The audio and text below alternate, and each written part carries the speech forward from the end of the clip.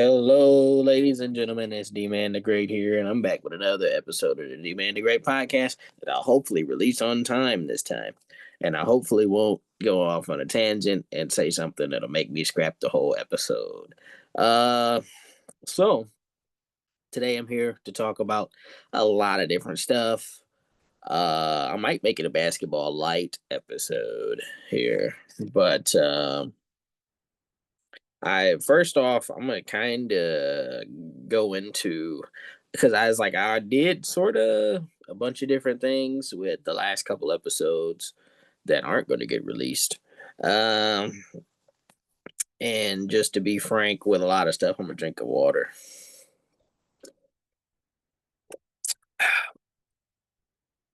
So with that being said, I'm gonna just straight jump into it because it's a lot of shit I gotta cover, and I get to curse now, so it's show motherfucking time. All right, so I'm gonna start with. Actually, let me start with the most pressing because something that's been on my last nerve lately. Hulk Hogan, rest in peace. Has possibly the most annoying celebrity death of all time, and the reason why I say that is because the amount of people that are losing their damn minds and they're out of their rabbit ass mind about this stuff. And it's been every single day they've been talking about Hulk Hogan this, Hulk Hogan that. And it's like, man, will you let the man rest? It's like, then you got DeSantis in Florida doing the whole Hulk Hogan day. Ooh, get his dick out of your mouth, buddy. Uh, then Joey Swole, ballhead ass, went on and quit the internet because he got in trouble when they been out to get. Then he had the audacity to say some stupid shit about Hulk Hogan and come out and root for it. Like he came out in the whole suit and everything, and I was like, you were this. That was the stupidest shit you possibly could have done. And Joey Swole. Now, I'm not going to lie. I like Joey Swole. I love Joey Swole. He's awesome. I think that Joey Swole has done a lot of good in his policing of the gym. But a few different people have brought some troubling stuff to my mind with that as well. Because the thing is, unfortunately, and that's the thing, when you're on certain platforms, you're going to get a lot of trouble and a lot of bullshit. And when you're on TikTok and sometimes Twitter, well, not sometimes Twitter, all the time Twitter, all the time Twitter, all the time TikTok, or they're both fucking cesspools of disgusting racism and all sorts of bullshit that people try to peddle on those apps. And with that being said, Joey Swole, people they've been out to get Joey Swole for a while anyway because they've been trying to, if you hold a certain type of person accountable for their actions, if you're a white person, and then I'm not caping for white people, but there's certain things that if you look a certain way or your skin is a certain tone, if you say about a certain skin tone to people, you will get canceled. Like, because the thing is, Joey Swole, for the few videos that he did do on black folk, he'd get all sorts of, if you say something about a particular type of individual, that's what I'm implying here, is he was getting that allegation, then oh boy, he put his foot in his fucking mouth with the whole color thing too. And it's like, man, you just can't do shit right. So I see why he did quit when I think about it. So I was like, shout out to Joey Swole. You did a damn job with this one, buddy. I hope you return one day, but you definitely fucked yourself over with that one. But I can say, rest in peace to all the dead folk like Ozzy and Malcolm Jamal Warner. And then shit, just cause we own that, shout out to the Hulkster for wrestling, man. A lot of people don't give him. He can get the credit for that, but he is a questionable human being, and I hope that he was able to repent because that's what Jesus wants us to do. And then next, so I'm not gonna continue to shit on that the entire time.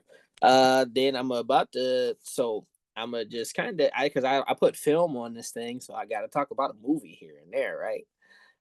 So I got some comments on Superman, which was a fire film. It really was a really good movie, but the only I have a few complaints about it as as a sort of a guest, but an outside listener, right, or outside viewer. I don't really have too much stock in DC personally anymore, even though Superman is my favorite hero outside. I mean, I think Superman might be my favorite all around at this point. Yeah, because I watched the fuck out of Smallville. Smallville is like one of my favorite shows now. And it's been that for like the last however many years since I started. So it's actually has been watching that shit for like 5 years. But Smallville, Superman, all that shit, I fucked with Superman. It was a great fucking movie. I liked it better than I liked Batman v Superman. Pissed on Batman v Superman and Justice League. It was definitely better than both of them. Man of Steel. It was better than Man of Steel. People try to say, "Oh, it's not better." No, the fuck, Man of Steel. What? Man, I can't. I still could barely watch Man of Steel. I could barely watch any of them damn movies. Actually, Justice League was the most digestible as a film viewer. Batman v Superman fucking sucked. And Justice League was somewhat digestible.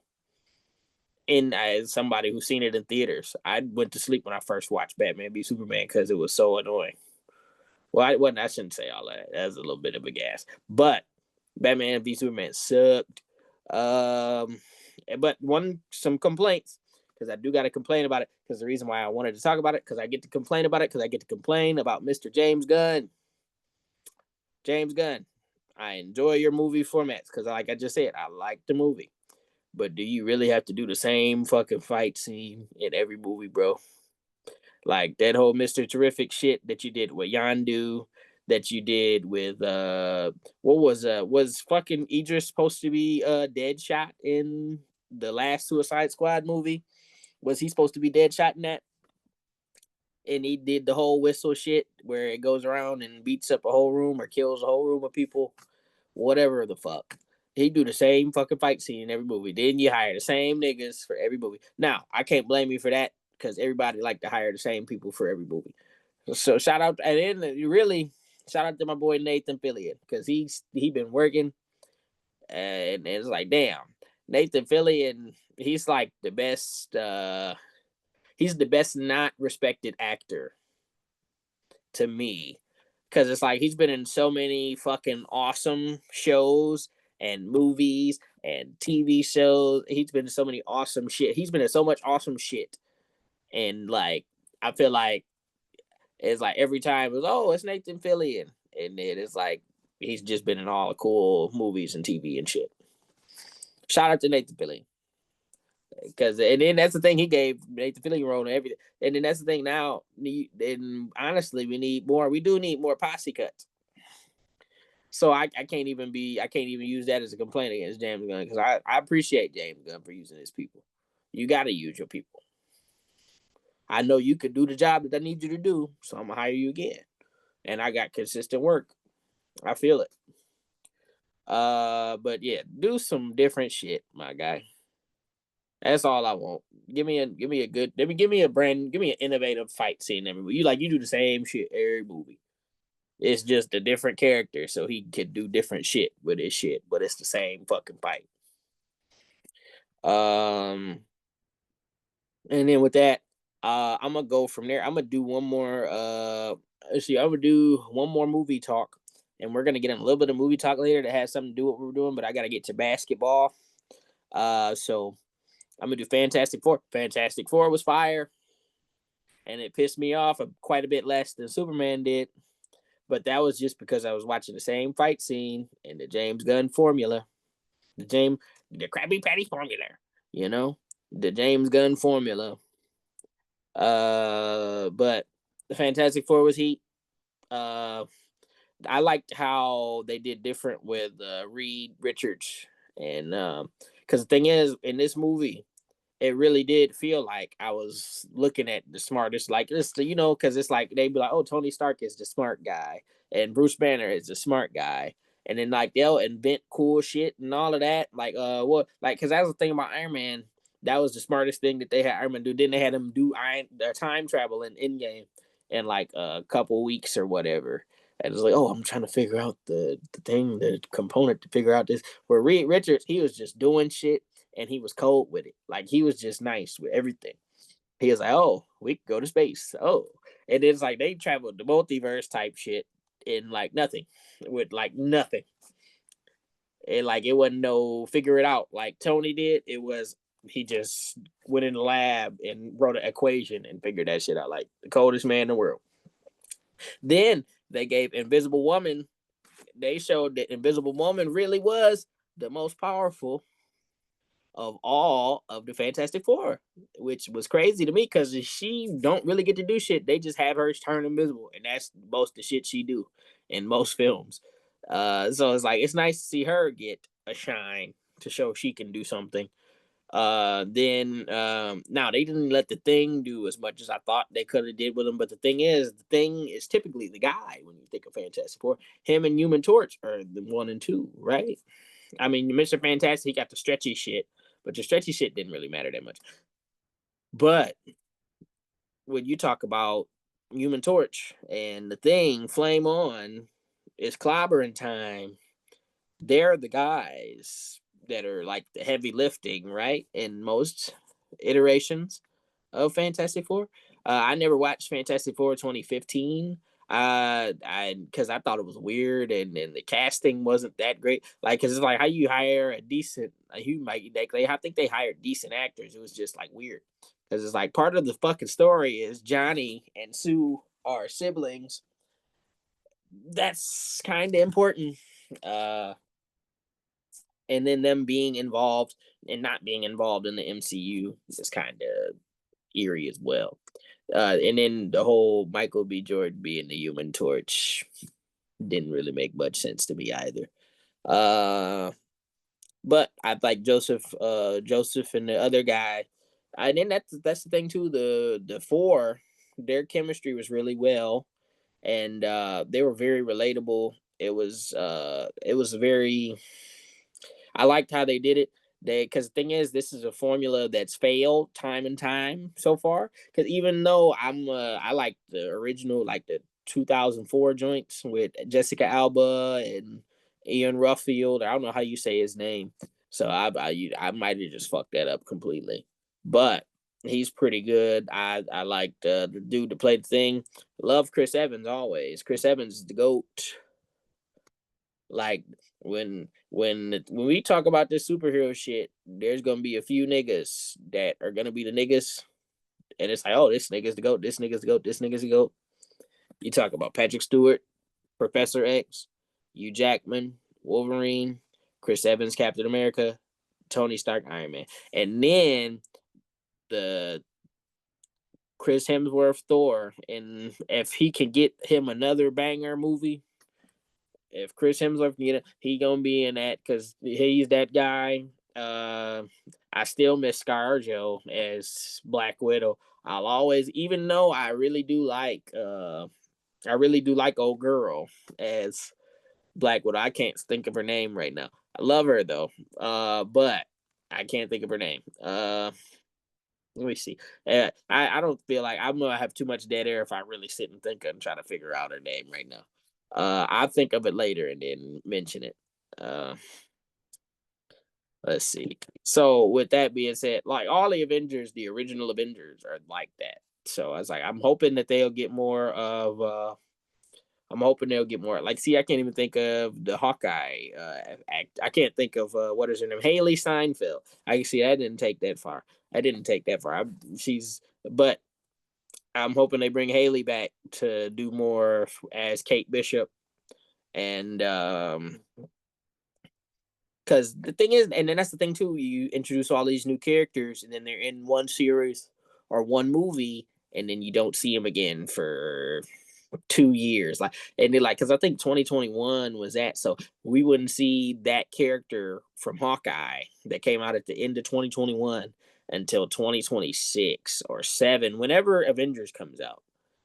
That's a bit much. So it's like the MCU, they're doing a good job with what they're doing.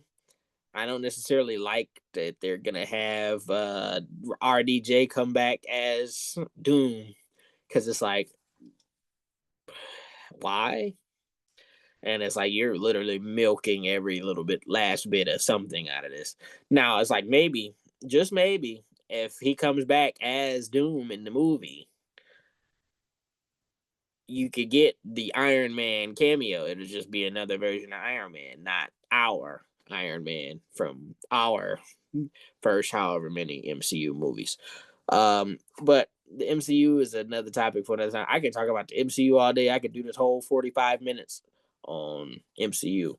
But I'm gonna just move on to the next topic. I'm gonna think of her name. Florence. Florence. Pugh, I think is her name. Her name ain't Florence. Can't it? Florence. It is Florence. I knew it. So shouldn't doubt myself. All right, so I'm gonna jump into basketball a little bit. So, Kendrick Perkins said some more stupid shit. And he said that Chris Paul wasn't a top 5 guard. And now this isn't gonna be that hard to debate, right? So it's like, no, Chris Paul is missing 2 very important things when it comes to ranking players and different things, and that is championships and MVP awards. But, and then there's the thing too, really, if you go and look at all the pantheon of fucking point guards, no, there's been 4 or 5 point guard MVPs potentially ever.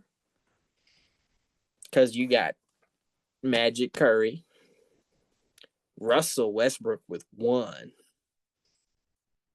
Then Oscar Robertson might have 1. And then you have Steve Nash with 2. And that is not really a good sample size at all to sit up and say that Chris Paul is supposed to have a MVP. Or not an MVP, but yeah, MVP. And then that's the thing, like 1 year that Chris Paul didn't win the MVP, he had whatever injury and one really. He was still amazing, because I'm gonna get into it in just a second. But he was almost MVP in 2008, and that was the only time that he was like number 1, number 2 type shit, right? But he was still an MVP caliber player for majority of his career. And I'm gonna sit up and tell you, a lot of people don't give the credit to what's credit's due. But the thing is, right, is I'm gonna use Michael Jordan as an example. Michael Jordan was a scoring champion 10 times. He played 15 seasons. And then I'm gonna subtract the last 2 years anyway, because he came back at 39, 40 type shit, 38, 39, 40 type shit, right? So in 13 seasons, he had the scoring title 10 times. And the thing is, too, he only played like a quarter of a season. So if he got into shape and came in that season in shape, he probably would have won that scoring championship too. So, so out of 11 attempts, 11 out of 11 or 12, what is it, 12? That's 12 years. And then that's the thing, he couldn't play most of his second year as well. So we could take another year. So that's 11, 12 years. 12 years. No, it's 11 years. It's 11 seasons. He won every year. He was fucking healthy and played damn near. He won 10 scoring championships. That's very, and that's the thing. People try to push other people as, oh, this guy is the best scorer ever, and that guy's best. Michael Jordan won 10 scoring championships. And then that's the thing. If he played the whole of both those 2 seasons that he didn't play, or if he didn't just retire for that fucking baseball shit and played the whole of 94 and 95, he could have won more championships. One, And he would have he could have passed Kareem Abdul-Jabbar if he never retired, and he just went straight. If he played 84 to 03 the whole time, he would have passed. He'd have easily passed Kareem Abdul-Jabbar and been the leading scorer in the history of NBA. And the thing is, too, is the crazy thing is shit really is a lot closer than a lot of people try to make it. People try to disrespect people of the past when they make cases for new niggas. You can make the case with his accolades alone. And that's the thing about all of the greats. You can make their case by just listing their shit. Because it's like a lot of people want to sit and you do the comparison and all of that shit. But you just tear, and then that's the thing. That's the downside of the GOAT debate is you tearing people down to make the GOAT debate. It should be better than what it is. A lot of people are stupid, so they can't comprehend that. But to go further, but to make my point, I got to finish my point I didn't finish. Michael Jordan won 10 scoring titles. Chris Paul won like fucking 6 steals championships and 4 or 5 assist championships. He has the most steals championships in NBA history. So he was the best guy at stealing the ball for 6 seasons and led league in assists multiple times, sometimes concurrently as those steals. So, and the only thing that you can't say about Chris Paul is he didn't average over 25 points a night. But Steve Nash didn't do that. And as a matter of fact, I made it further than Steve Nash. Chris Paul made it to the finals. Steve Nash never did. And he for damn sure didn't play with nobody on the level. Now, I shouldn't say that because there's a battle there, but now that would sort of lean in Nash's favor, I would feel like, right? Because it's like if I played better competition, or if I play, because the thing is, Chris Paul, a lot of his shit was misfortune. Like he was hurt even when he hit the game winner over the Spurs in 2015. But I beat the Spurs, whereas he never beat them. So Steve Nash never beat the Spurs. I beat the Spurs. So yeah, it's a fight here, right? So Steve Nash never beat the Spurs. I beat the Spurs. I made it to the finals. He had Amari Stoudemire. I had Blake. You could debate who's better between the two. But and then that's the thing there, right? So it's like it's a battle here, right? But the two MVPs, people would want to give Nash the edge just because he won 2 MVP awards. And it's like I can't. I can't. And that's the thing. Chris Paul as well. I always averaged more points than him. So I always averaged more points than him. I was rivaling him in assists with lesser teammates like David West versus Amari Stoudemire. I think now, with all due respect, now I do not want to disrespect David West. David West is nice, was nice, but Amari Stoudemire is Amari Stoudemire, right? And then I got Barbosa. No, not to mention. Sorry, Steve. Joe Johnson and all of them, and Sean Marion, and then Shaq in that last couple of years. Grant Hill versus Chris Paul. I got Blake. I got DeAndre Jordan. I got the fossil of Jamal Crawford. The fossil of Paul Pierce. The fossil. The fossil. And then JJ Redick. Mind the game. Shout out to JJ Redick, Steve Nash, and LeBron James. So yeah, that's Chris Paul is probably better than Steve. Statistically, he better than Steve, and he didn't play with half a good team as Steve.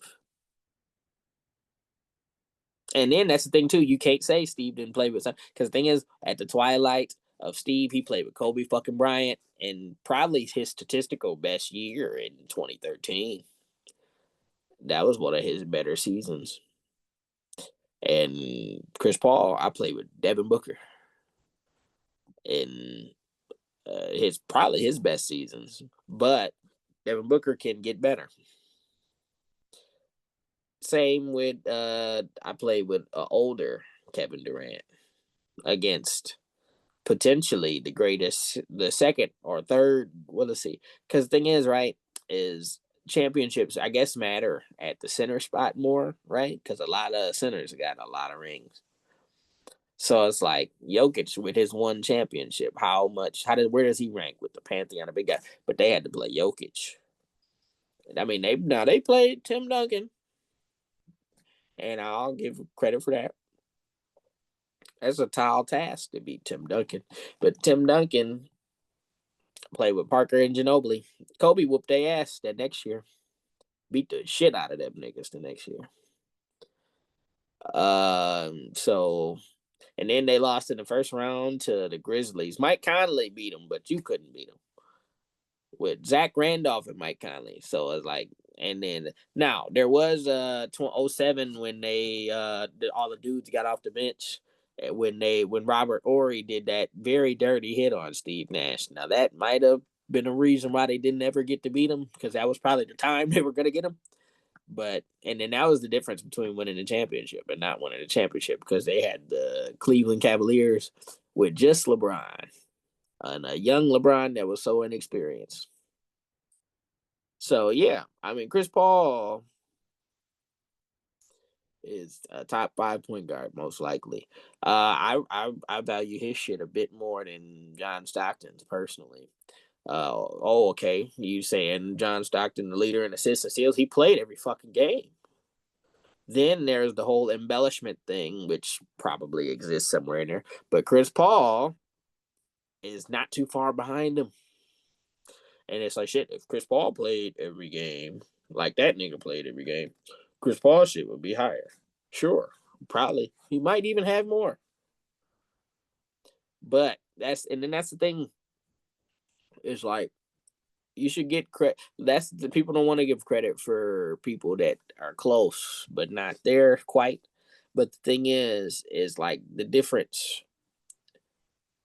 That's a couple hundred is the difference, or maybe 1,000. I don't think it's 1,000 difference in steals and assists.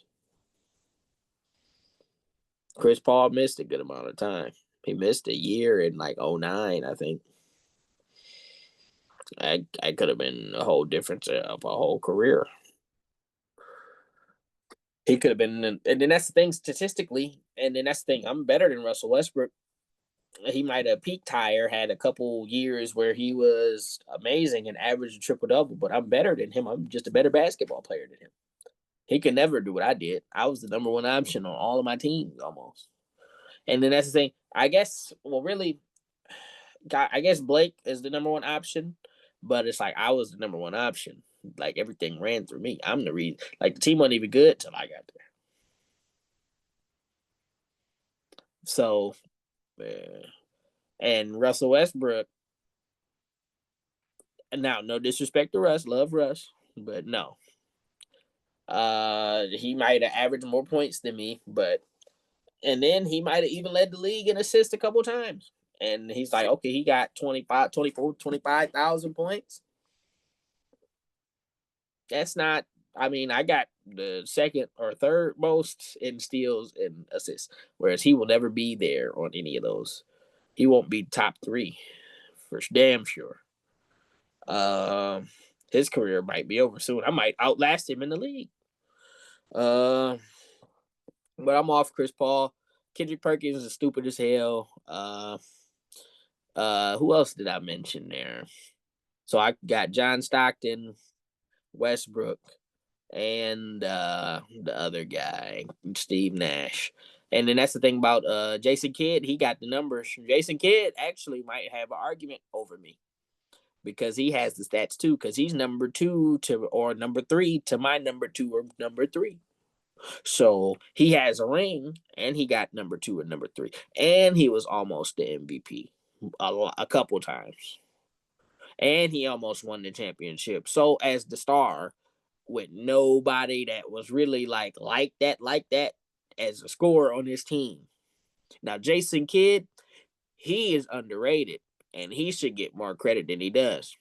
And it's a shame that if Steve Nash didn't get those MVPs, we'd be talking about Jason Kidd a whole nother. And if Jason Kidd got them MVPs instead of Steve Nash, we'd be talking about Jason Kidd in a whole nother way. Now, Jason Kidd do got some allegations that probably came and kind of knocked him down a peg from what he probably should have got accolades wise. So we're gonna leave it alone. So yeah. From there, and then Curry is Curry. You know what Curry do. Magic is Magic. Can't really fuck with them. So that's number four out of everybody we name.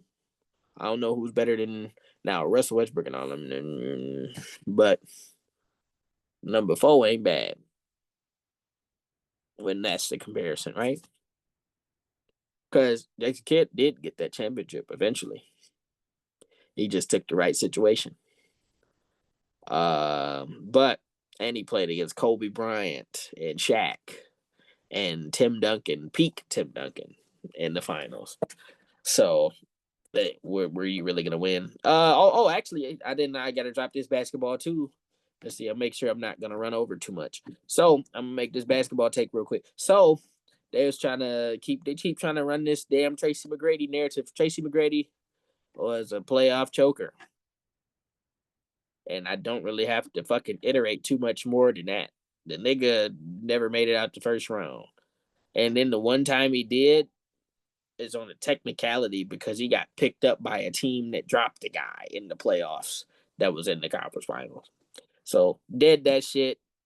And there are so many situations that Kobe bailed the Lakers the fuck out. It's ridiculous. And then like they probably yeah. You can't. It's just ridiculous. So I'm gonna jump into SummerSlam. SummerSlam will be, I think. Well, and when this video is hopefully released, it'll be later today. I'm hoping that I get to actually release this on Saturday, August the 2nd, so I can actually put it online and everything. John Cena. Oh, fuck, damn it. I'm gonna try to. I gotta speed run some shit. So SummerSlam, Cody, John Cena. They might do the double turn. Everybody's been talking about that. I really hope they don't fucking do that. They had John Cena and Cody have a Stone Cold Rock segment where they drink beer with each other. And they did the little Hogan tribute, I guess, because they drunk the real American beer in this promo. Which is nice, a nice touch, I think, is respectable. I hope that it leads. I hope that it's not too bad. They try to have John Cena go out as a good guy or whatever. I guess he's turning back to a good guy. Is on this last hit, which is stupid as fuck because like you just had it. Oh, I tried to be an asshole because The Rock told me it would be good for TV, so I did it. Really? That's what's gonna take us to the finish line here. Really? Come on, nigga. Uh, then Cody Rhodes, they might have Cody Rhodes turn heel, and it's like, what the fuck would Cody turn heel for a nigga that's only gonna be around for 4 or 5 more months? No, it's 4 more months because it's August now. Doesn't make any sense to me. They're gonna turn heel for what? Because some fucking smarks on the internet are tired of it. Fuck them guys. Did a CM Punk Gunther? Don't know who's gonna fucking win that. They could go either way. They could have the Seth Rollins shit be fake and have him steal the belt from either Cody or Gunther, or and Cena or Punk or whatever tomorrow. That would actually be a proper swerve because, and then that's the thing too. Roman Reigns and Cody are gonna go film fucking Street Fighter. So, if them niggas are gonna be gone, and is John Cena gonna just retain and hold it? And then who is he gonna fight next if he beats Cody? And then why is Cody Rhodes losing twice to John Cena? What excuse does he have this time if Travis Scott is not gonna be there? Fiend, fiend, fiend. Yeah. Now, see, now I'm now it's late and I'm tired and crashing out again. But Roman. I'm very excited for that Roman Reigns and Jey Uso versus Braun and Bronson Reed. I'm super excited for that because I think it's gonna be heat. I hope the Samoan dynasty could take one. Well, I think they'll win because go home math mean that they'll win. And then the thing is, if Drew McIntyre and Logan Paul win, while I'm on this whole go home math shit, because Roman or not Roman, Randy and Jelly Roll beat their ass tonight, and Logan and Drew winning is the best option here.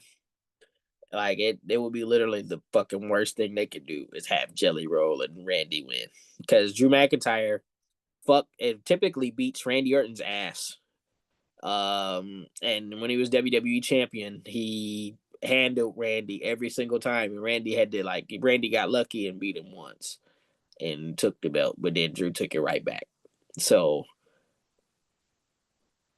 in this case, Logan Paul, who's an experienced wrestler who Randy Orton couldn't beat for the U.S. title last year, story wise, it don't make much sense to have Randy Orton being so overwhelming because Jelly Roll shouldn't be a factor because he's not a wrestler. He hasn't spent no time in the ring other than training at the performance center. You telling me just because a nigga trained at the performance center for a couple weeks because he was 300, 400 pounds, he all of a sudden could wrestle good? Come on now. Randy and fucking, not Randy, Logan and fucking Drew have to win. Please God, let Jade Cargill take that damn belt from Tiffany. We need Tiffy time back to being what Tiffany time was designed to be. We don't need super fucking Tiff anymore. What else is there? Naomi has to retain. If Naomi don't retain, that'll be the biggest fucking waste. And Triple H would be the biggest piece of shit in the fucking world that needs to be spit on and shit on. What else is there? We have the not Uso, Solo and Jacob don't really care about that. Jacob, honestly, Solo is kind of annoying because he's peddling this bloodline shit, and they just keep going and going and going, and it's like, nigga, you don't got Roman, you don't even got the Usos no more, bro. Like Jimmy is like, oh, I come out and help my brother fight, or not my brother, not even my brother. I come out and help my cousin fight my brother every once in a while. And then when I fight him, I get jumped and my ass beaten. Don't nobody help. That's dog shit. But you know what's funny is Jay when Jay there, he'd have helped every time. But Jay ain't on SmackDown. Then what else is there with WWE? They got the WWE Unreal shit where they peeling back the curtain and Triple H has got to be the star. And he got to kiss ass. Then I got to be OD as hell with Rhea because she got anxiety before the match, even though she's probably a fucking top 5 performer on Earth. Yeah, gotta fucking love it. Becky versus Lyra. Becky got her ass beat on Monday after having a drop on her. Like the bitch, like literally, they played the music. She came out. It was for some reason taunting to the crowd with a weapon. Like Lyra didn't have that happen like several fucking times where she's trying to swerve her and she just drop kicked the bitch. She just ran to the ropes and drop kicked the bitch. Like, go home math says Becky wins. Hopefully they do it. But I don't know why the stipulation would be you never challenge for that belt again. But the thing is, Lyra Valkyria, if you're gonna fucking push her where she could just fucking dust Becky and Bailey and all the time, she might as well be good enough to be the world champion and should be in that title race right now. The fuck she fighting for that weak ass intercontinental belt for? If I can beat the goat ass, I could beat the goat ass, and I could beat the first women's Triple Crown champions ass, the first women's Grand Slam champion ass, no problem. Make it make fucking sense. Oh, then but let's see, I got how many time? I got 40. I guess I got 5 more minutes. So I'm gonna get into this Lion schedule because it's pretty shit for us. I ain't gonna lie to you. It's looking steep for us. Cause it's like we got some serious fucking competition. They decided to give us everybody good to play. And if we come out with a positive record, oh boy, it's smoke for y'all motherfuckers for a long time. So we play the Packers first week. I'm not too super duper concerned about losing that one. I think we could win that one. But the Packers are always trouble because it's a rival game. We're the biggest rival. Two of the biggest. They're the biggest rivals to each other. So this will be a fight, and they always have a good game against each other. And then the second week we got the Bears. I don't know if the Bears will be bad like they were last year, this year, but they gave us a little bit of hell on Thanksgiving. So it's not necessarily breeze over, even though we're definitely a better team than them. It's not just a breeze over. But here comes the train. So then we have Lamar Jackson and the Ravens week 3.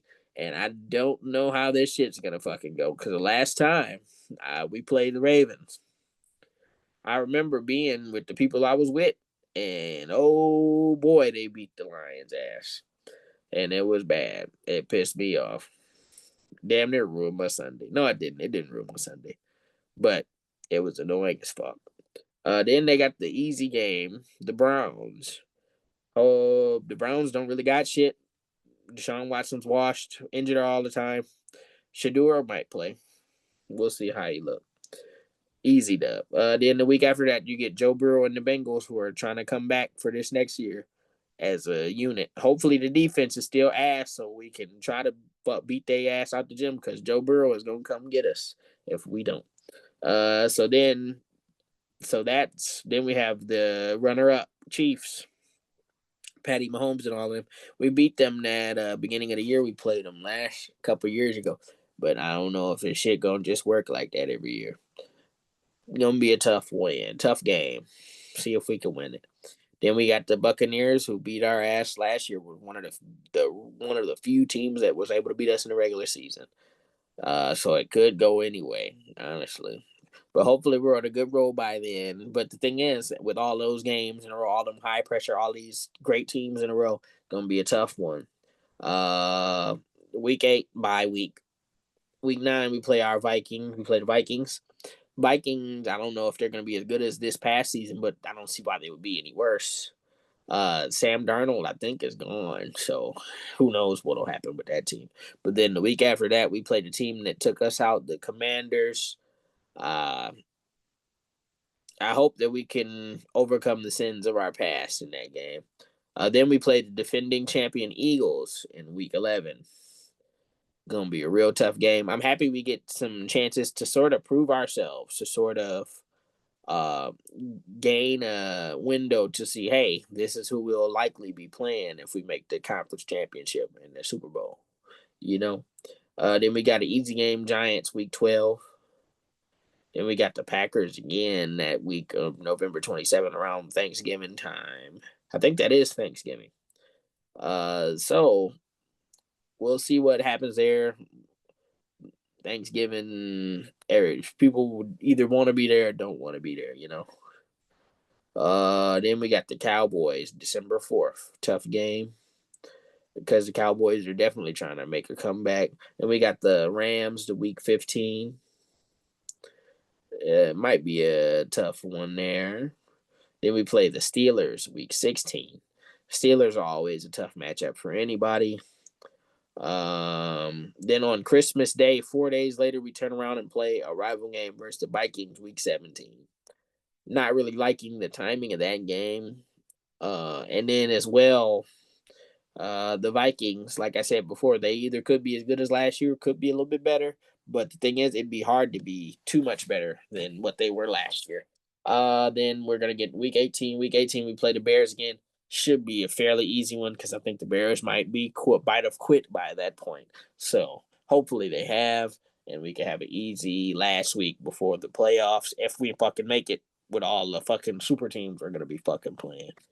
I'm gonna be optimistic and say we got a solid team, and then shit, with all this comp we're playing this year, if we get the reps we need to get, and we still got that fire, we still got that drive we had the last 3 years, it's gonna be spooky season, and hopefully we can make that run in the playoffs finally and win that Super Bowl.